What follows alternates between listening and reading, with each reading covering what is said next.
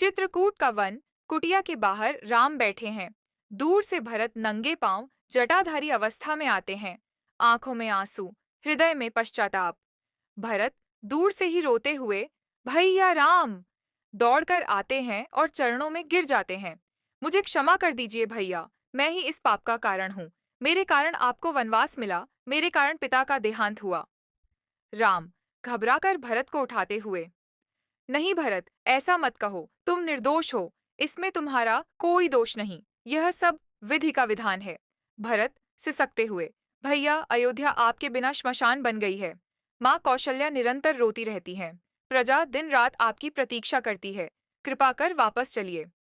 राम गंभीर स्वर में, भरत, पिता की आज्ञा मेरे लिए प्राणों से बढ़कर है। जब तक 14 वर्ष पूरे न हो, मैं अयोध्या नहीं लौट सकता। भरत, यदि आप नहीं लौटेंगे तो मैं भी राज्य स्वीकार नहीं कर सकता।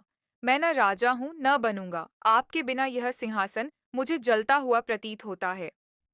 राम, भरत, तुम मेरे छोटे भाई नहीं, मेरे समान ही धर्मात्मा हो। अयोध्या की रक्षा करना अब तुम्हारा कर्तव्य है। भरत आंखों में आंसू, हाथ जोड़कर, यदि ऐसा ही है तो मुझे आपकी खड़ाऊ दे दीजिए। वही अयोध्या की शासक होंगी।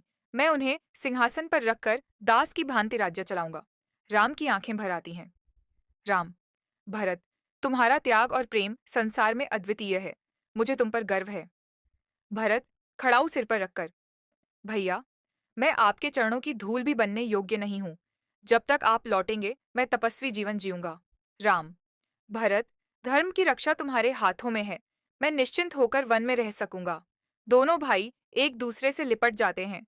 पूरा वातावरण करुणा से भर जाता है। यह मिलाप केवल दो भाइयों का नहीं, यह था त्याग, कर्तव्य, प्रेम और धर्म का संगम। वीडियो अच्छा लगे तो लाइक, शेयर और सब्सक्राइब जरूर करें।